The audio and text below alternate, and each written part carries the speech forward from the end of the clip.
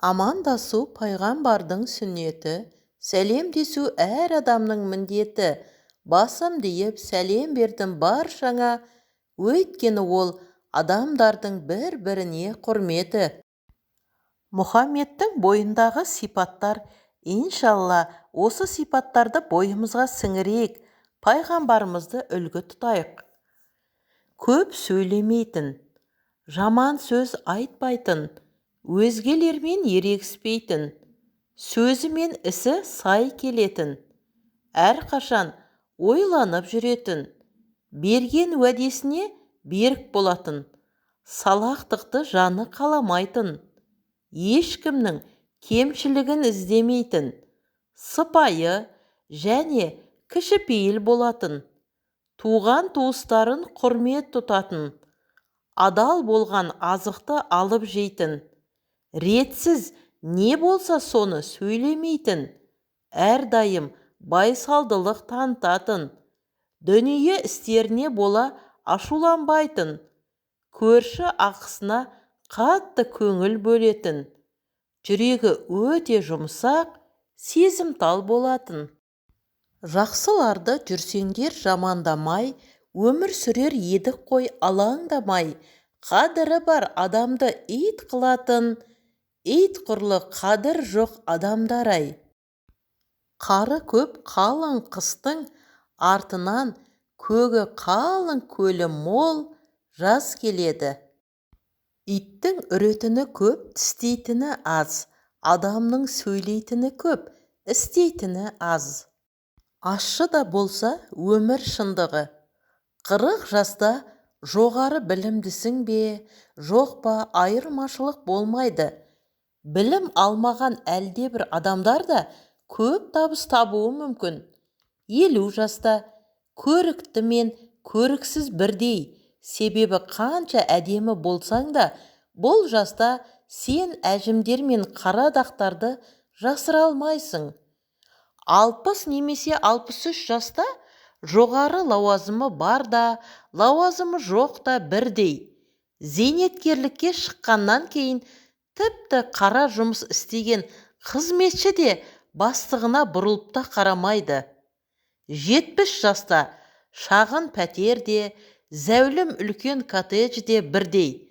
Буындар әлсіреген, қозғалуы қиын болған кезде сыйысып отыратын шағын кеңістігің болса жеткілікті. 80 жаста ақшасы бар да, ақшасы жоқ та бірдей. Ақшаны жұмсағың келсе де, оны қайда жұмсарыңды білмейсің. Ал 90 жаста ұйықтау мен ояну да бірдей болады. Таңертең тұрсаң да не істеріңді білмейсің. Сондықтан да тіршілікте ағайын бауырмен, нағашы жиендермен, әріптестермен, достарыңмен, көрші қолаңмен сыйласып, жай ғана тірі жүргенің үшін өмірден ләззат алып, тыныш өмір сүре білейік. Есіңде болсын, сөздің киесі болады, сөздің құдіреті болады. Жақсы сөз жарым ырыс. Не сөз айтсаңыз да ойланып айтыңыз. Сіз айтқан бір ауыз сөз біреуге жылулық, біреуге жамандық әкелуі мүмкін. 30 тістен шыққан сөз 30 рулы елге жайылады. Бәленің бәрі сіз айтқан әрбір ауыз сөздерден келуі мүмкін. Сондықтан әр сөзді ой елегінен өткізіп айтыңыз. Адамдар туралы жақсы ойлау бұл жүректегі сенімнің толықтығы. Жақсы ой шайтаннан келетін ашу мен лаңнан сақтайды. Адамдар туралы жаман ойлайтын адамды шайтан одан әрі сөйлете береді. Ол адамның өзімшілдігін арттырып, басқаларды сөгуге бейім етеді. Адамдар арасындағы сыйластық пен сүйіспеншілікті арттырады. Әдепсіздік пен басқалардың құқының бұзылуына жол бермейді. Адамдар туралы жақсы ойлау мұсылман жүрегінің тазалығын көрсетеді. Ар ұяттың есігін күзеткендер, бір-біріңе көңілді мұз етпеңдер. Жақсы адам ол қатесіз адам емес, өз қатесін түсініп түзеткендер. Ерегеспен шығатын есі үнемі, кекшіл адам сауаптан кешігеді. Кешіріңдер адамдар бір-біріңді, кешіргенді Құдай да кешіреді. Есеп дос, қалта, қоржын қағылғанша, күндік дос өз қажеті табылғанша, жылпос дос керек кезде жаныңда жоқ, тайғанақ суға түскен сабындарша. Тіміскі досың болса тыным таппас, арыңа қара күйе жағылғанша, алады берекеңді жылауық дос, батпандай бәлесінен арылғанша.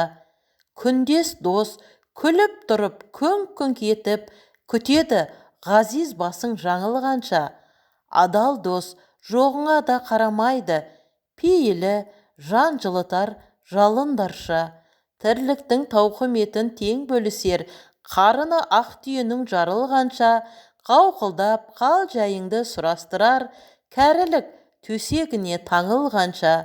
Басыңды сүйеп сосын аттандырар, ажал кеп бір күндері жаның далса. Егер менен өмірде байлық деген не деп сұраса, нағыз байлық Алланың жүрегіңе ұялатқан иманы. Нағыз байлық ата-анаңның, бауырларыңның амандығы. Нағыз байлық достарыңның адал болуы. Нағыз байлық сенің саған жақын адамдардың денінің саулығы. Нағыз байлық ата-анаңның саған дарытқан тәлім тәрбиесі. Нағыз байлық сүйгеніңнің саған деген адалдығы, сыйластығы, түсіністігі. Нағыз байлық бойыңдағы кең пейілділік, қарапайымдылық, ар, намыс, ұят атты керемет қасиеттер. Міне, теңдесі жоқ, бағасы жетпес байлық деген осы.